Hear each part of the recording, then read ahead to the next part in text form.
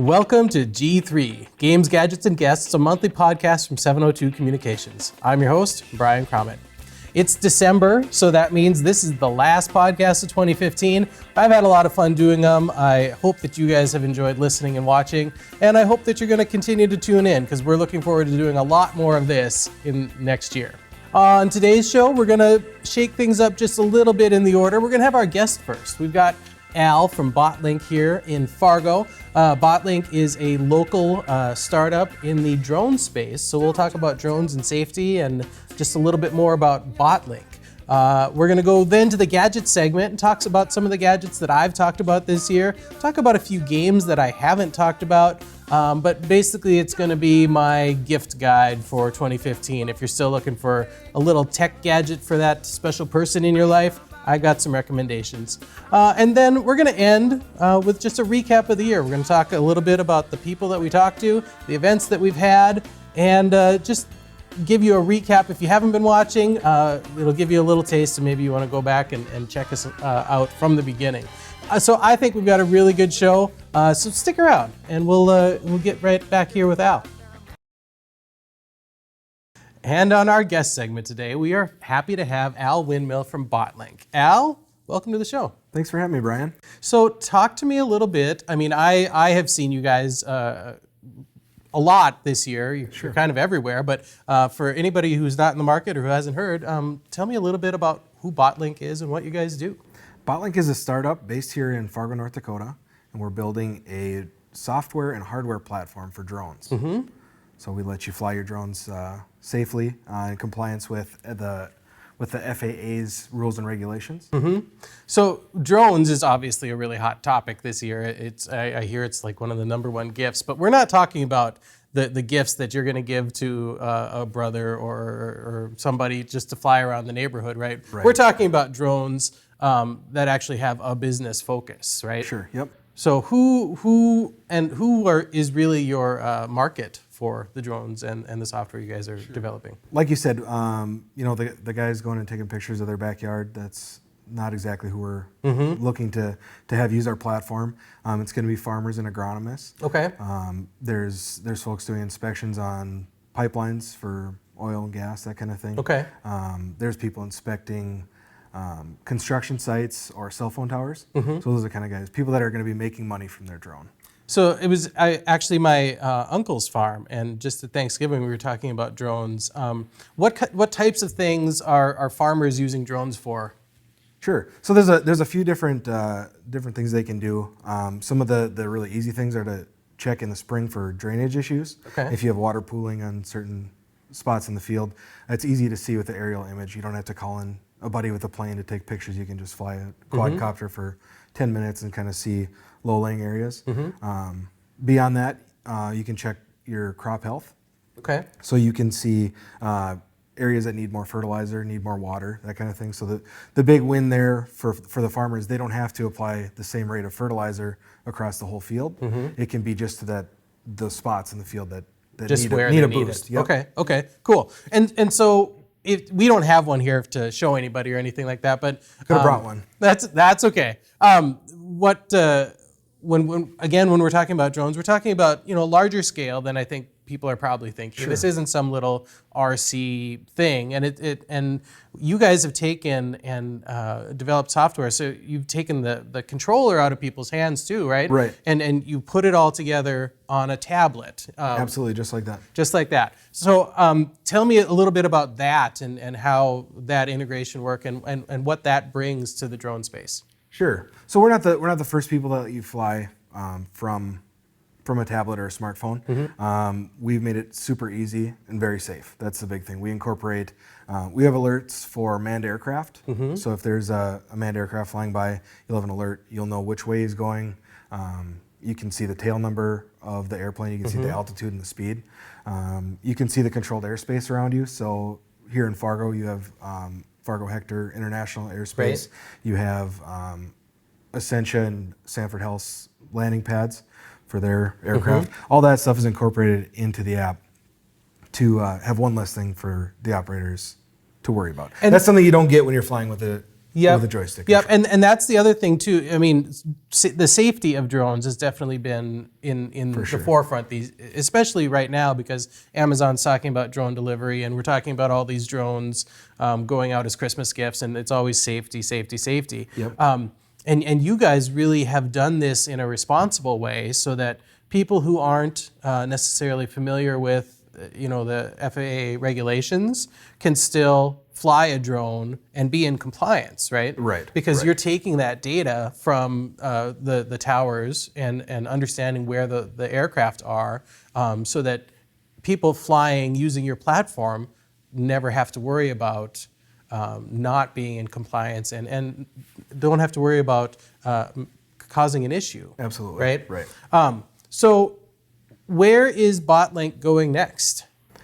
So we built this great foundation platform that the control and safety aspects are all built in.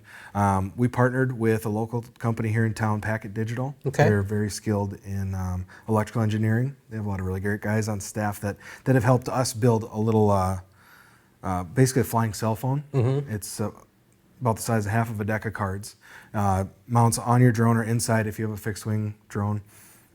And it lets you take the images that you're taking on your cameras and send them back to you as a user in as close to real time as we can get it. Usually by the time your airplane is landed, say you're a farmer flying a field, by the time your airplane lands, you'll have a stitched image of your entire field that you just took pictures of by the time you land. That's awesome. Yeah. And I saw some of that, and I think I saw your announcement at Million Cups when you were talking about the merger and all of that stuff. And really, what you guys are doing is really impressive. Talk to me a little bit about how you guys are getting the word out. You've got some different events that you regularly participate in, like Drone Focus. Absolutely. You want to talk about that a little bit? Yeah, so Drone Focus is a monthly meetup group that brings together people from every aspect of the drone space.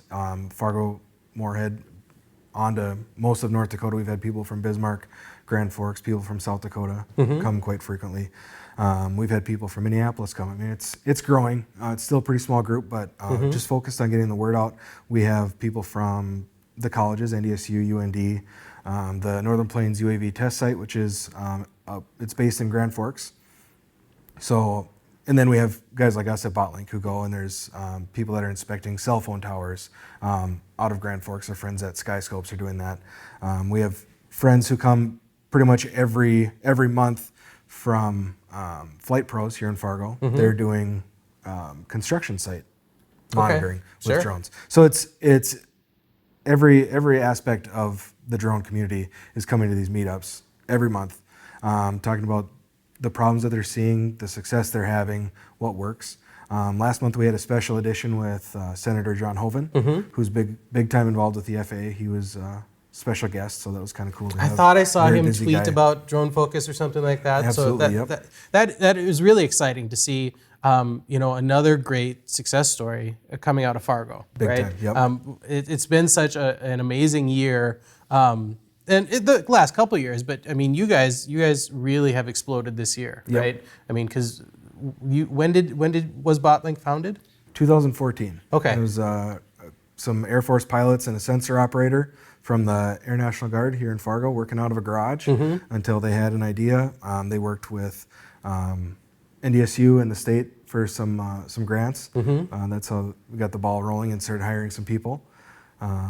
Got some more funding later on and started some hiring. That's when I came on in February of 2015. And from there, we've just been growing. We're up to... Yeah, and so really in the space of 2 years here, you guys have become a well-known name and a leader, as far as I'm concerned anyway, in the space. So Sure, I think that's great.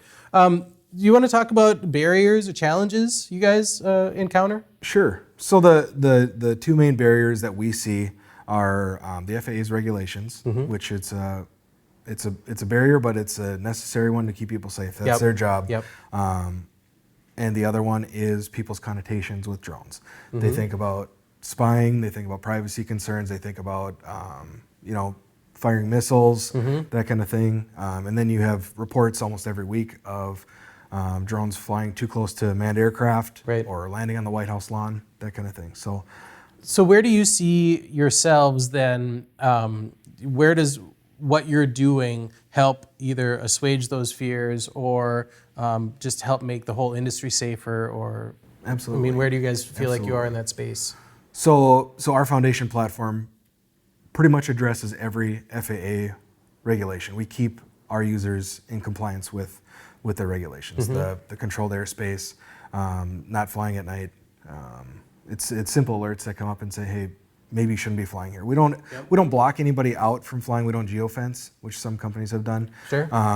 But we let the user make the right decision to fly where it's At least safe. give them all the information so that they can make the Absolutely. right decision. And Absolutely. and you know, by and large, I think that your customer base and probably, you know, the people at large will want to make the right decision if they can. Right. You know, nobody is really setting out to endanger, you know, anybody with these drones. But Right. but it's good. It's good, like I say, just to have that information in front of you so that you can understand and make the right decisions. So where can we find more information about BotLink if people are interested?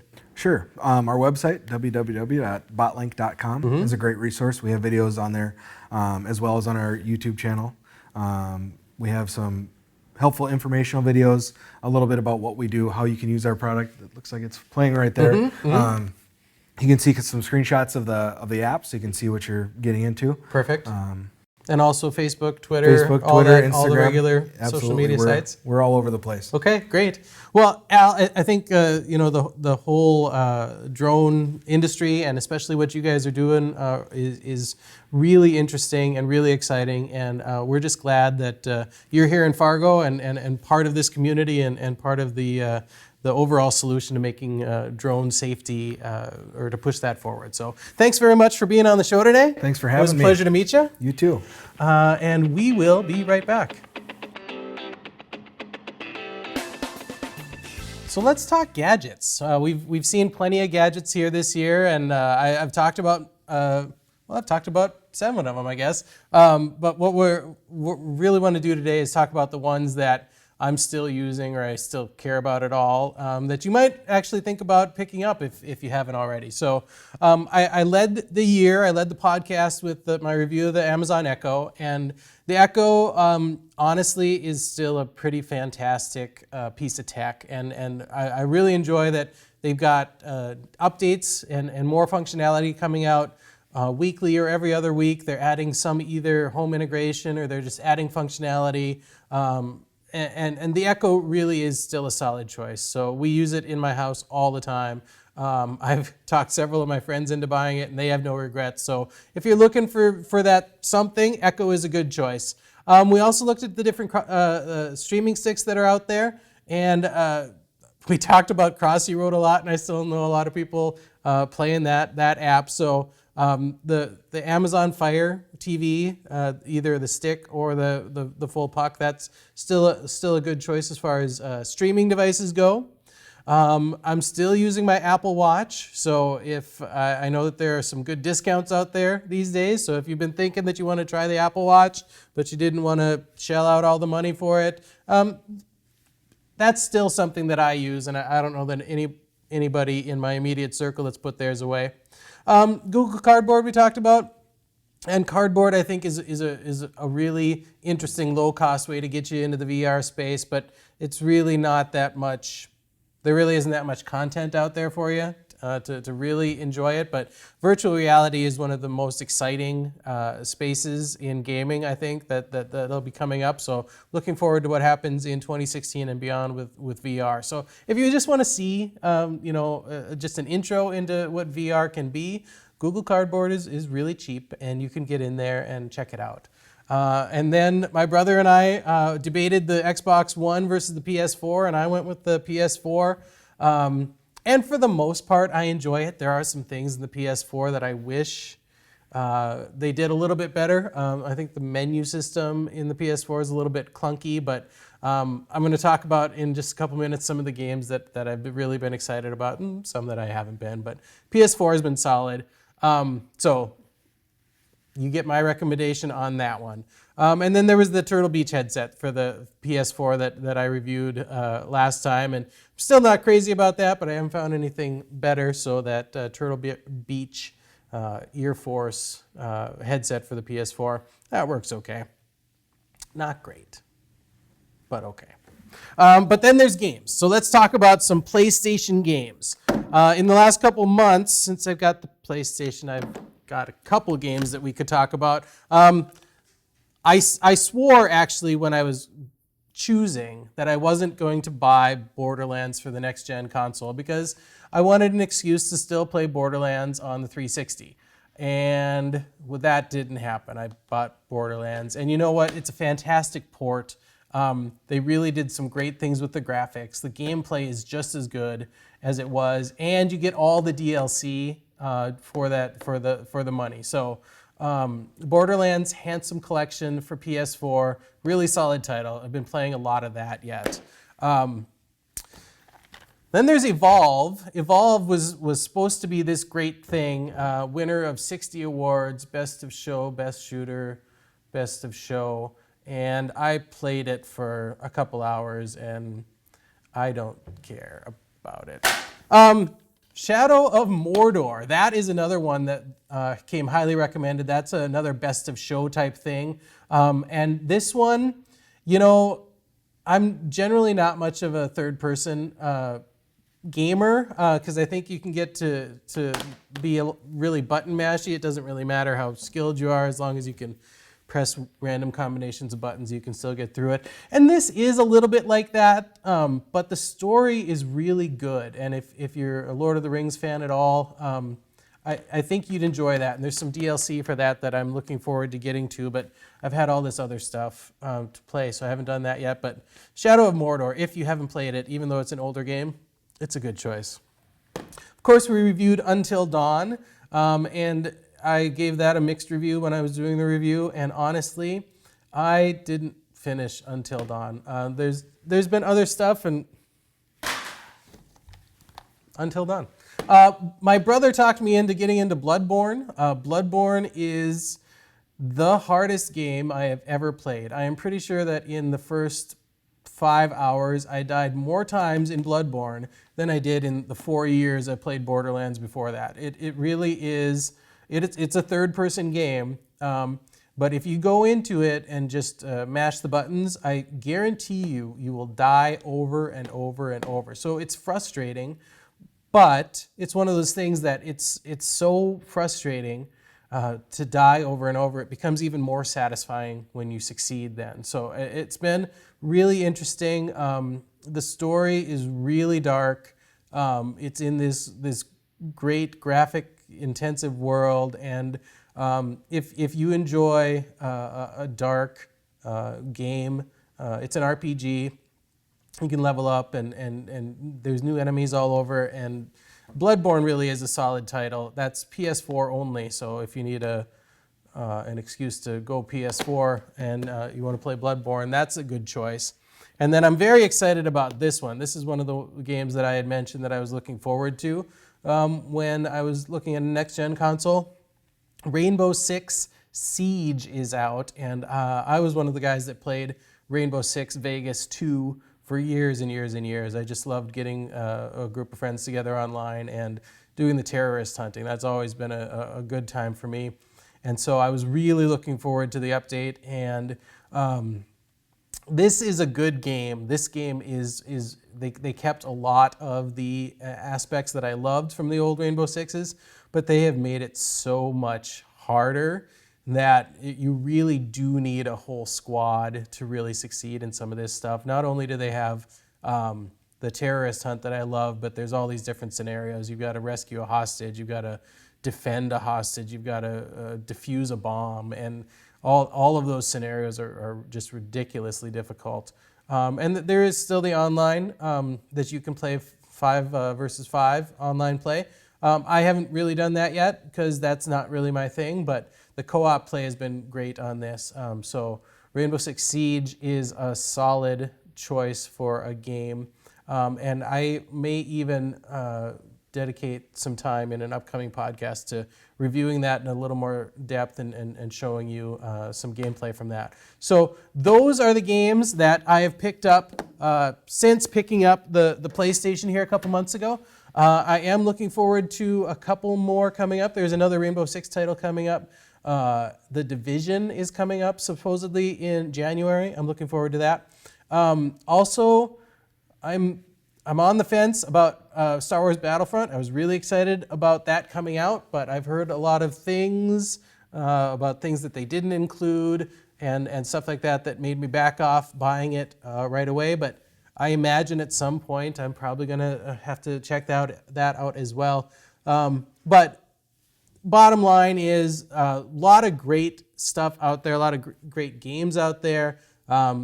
If you're looking for more in-depth reviews on anything that I just talked about, check out the previous podcasts.